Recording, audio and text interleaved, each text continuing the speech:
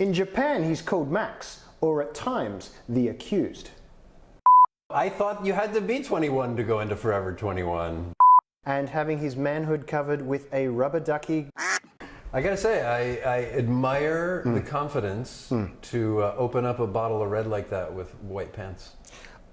Oh, for fuck's sake. Hello everyone, welcome to our very first ever episode of Talk and Taste. Actually, that's not entirely true. I started off with a lie. Normally I build up to those. This is our first ever YouTube episode of Talk and Taste. This is actually a series we were asked to do for work. It was work related. A quick, I guess, spoiler alert. We are based in Japan. We will be talking a lot about the experiences we've had here in Japan, which are varied, occasionally surprising, and then we're going to try to tie in the surprising alcohol of that day with that experience. So, you're probably wondering, who are these guys? And Max, this is Max. I'm Max. I was able to obtain a copy of your bio from your publicist. Of my biome? Bio.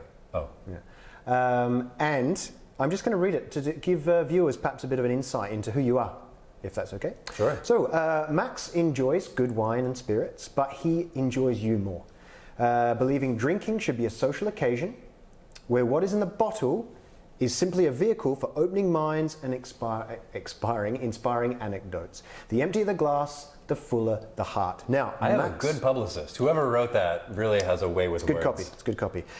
Max worked in the entertainment industry before joining the world of alcohol, and he was a radio DJ for more than 10 years, a TV host, and a reporter for almost as long, and this is one of my favorite ones, a stadium announcer, MC, of one of the biggest Japanese baseball teams in Japan, the SoftBank Hawks. Highlights include emceeing All-Star Games, Japan Series, and having his manhood covered with a rubber ducky graphic during a TV shoot in a Japanese hot spring. That sounds like an incredible story. That's maybe for another true. time. That's another episode. Weird Good? experiences in Japan. I Yes. have a bio of you. Okay. Written by another publicist, but in the exact same PowerPoint. Keep it clean. Timothy's bio. Being born into a generational wine business in the world-famous Barossa Valley, South Australia, it was somewhat inevitable Timothy would end up in the wine world. A qualified œnologist, that's how you pronounce it. Œnologie. Œnologue, qualifié.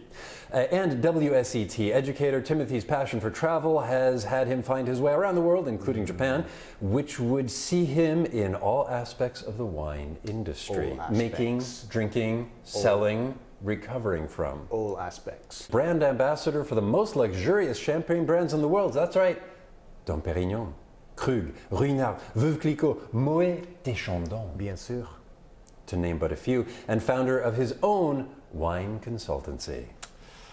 He's collaborated with some of the world's most famous chefs and sommeliers, and in the world, he is famous for his brand experiences. Often in collaboration with the likes of Louis Vuitton, Dior, Cartier, Tag Heuer, I think that's how you pronounce that, Berluti, Bulgari, Ferrari, Bugatti, Aston Martin, et al. So, having said that, clearly we have a little bit of experience in the luxury wine and spirits game. We are going to be tasting some things that perhaps wouldn't necessarily qualify as luxury wines and spirits. Why that is because we are the men of the people. I'm certainly a man of the people, and today, for the first episode, I have prepared a wine that is one of the most popular wines in the world. We're talking millions of cases. This wine is actually one of the most imported and consumed red wines in Japan. And of course, it comes from a huge, famous winemaker. All right, what do we have? We have the most popular red wine varietal in the world. Any guesses?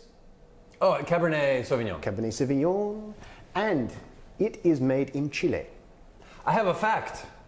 Oh wait, is this time for? Max Fact. Max Facts. Impromptu Max Fact. Yes. Cabernet Sauvignon, actually the most popular planted grape varietal in the world. In the world, okay. And here's the thing. Yes. It is actually half white, half black. Oh. As the future. Right? It's a paradox. So Cabernet Franc. Yes. and Sauvignon Blanc Yes. are the parents Wow. of Cabernet Sauvignon. It's the ebony and ivory of the wine world. And it works in perfect harmony. Well, having said that, let's crack open this bottle of Casillero del Diablo. Is that how? Casillero del Diablo. Diablo. Reserva. I'm not sure what the Reserva actually stands for in this particular occasion. Let's go straight into the tasting. Now, I'll be honest, Max. I'm not often honest with you, but I'll be honest about this. That's true. I've never tried this wine. Okay. I have no idea. This sort of daily wine, I guess, selection is not really my wheelhouse. Anyway, enough of that. Let's get straight into the glass. We'll do a proper tasting on it. I feel as though coming from somewhat of a professional wine background and spirits background, we should, give viewers a little bit of value. Yeah. It's obviously quite deep, dark red. Yeah, a little bit of purple. Yeah, it's very young. What are we tasting? What is it? 2018, so only a few years ago. That's actually, I mean, that's not so bad. There's oak. There's definitely some new oak in there.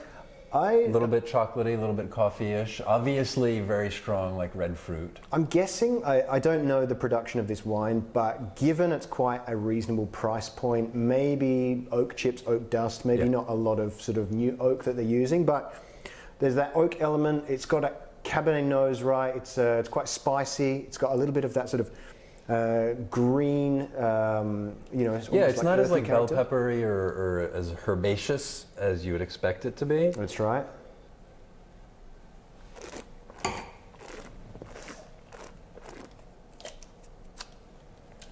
Wow. I mean, okay. The finish is typically, what's the best word for it? Cheap.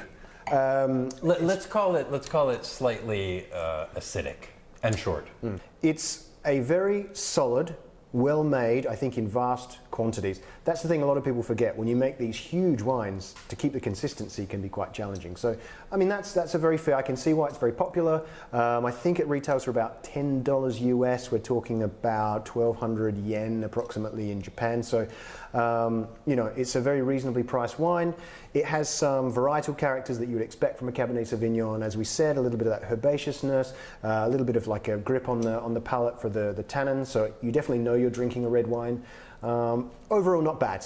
Yeah. I mean, there are what, 290,000 hectares of Cabernet Sauvignon planted around the world. Look at this guy. It's hard to go wrong with this grape varietal. Would you say that this is representative of a Chilean Cabernet? Yes, and I'd also like to say we've already had max facts, so I'm not sure throwing in more facts is appropriate at this stage. One thing, dribble my facts in. But you know what it is time for? It's time for a top tip. It's actually T cubed, or Timothy's top tips. I see.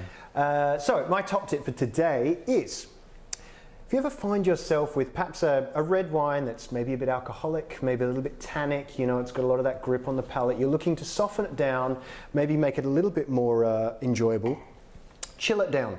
Your typical red wine, I know you're going to serve at room temperature, that can be sometimes quite high. A Bordeaux style wine, you want to usually serve between say 16 and 18. If it's a cheaper wine, chill it down. I mean, get it down to a white wine level if you like. 14, 16, take a couple of degrees off of it. What's that in Fahrenheit? It's cool. Yeah, so cool, chill it down, and you'll find it's a little bit easier to drink and maybe not as unpleasant as you thought. Yeah, that's absolutely true, actually. I'm going to support you on this T cubed Timothy's top tip. Thank you. This is something that I realized. I moved to France when I was, I guess, 18 years old, and of course discovered wine at that point, right? And, 18 years old, student, my budget for wine was like $2 a bottle, which back 300 years ago, you could get an okay table wine. But I did realize very quickly that if I chilled it and put it in the fridge, it suddenly became a lot more palatable and a lot easier to serve to friends. The inverse of that is, I also learned if you get like a cheap camembert, if you put it on top of your fridge where it's kind of hot and leave it for a couple of days, then those two things go together perfectly. Okay, you are getting into my top tips, and I'm afraid that's not your section. I'm over in your territory. Your max facts. So, time for another section, which I know that the fans absolutely love. It's called Take My Money.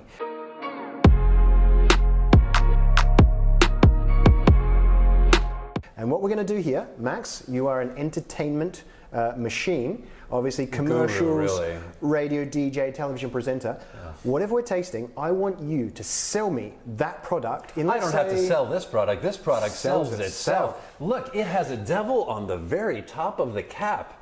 I mean, corks are so passé. Caps are the future. Plus, this exciting name, Castillo del Diablo. All you have to do is show up at your friend's house with this slightly chilled bottle, and they'll be so impressed by your internationalness. Plus, you can drop all those little facts like, did you know it's the most planted red grape varietal in the whole wide world?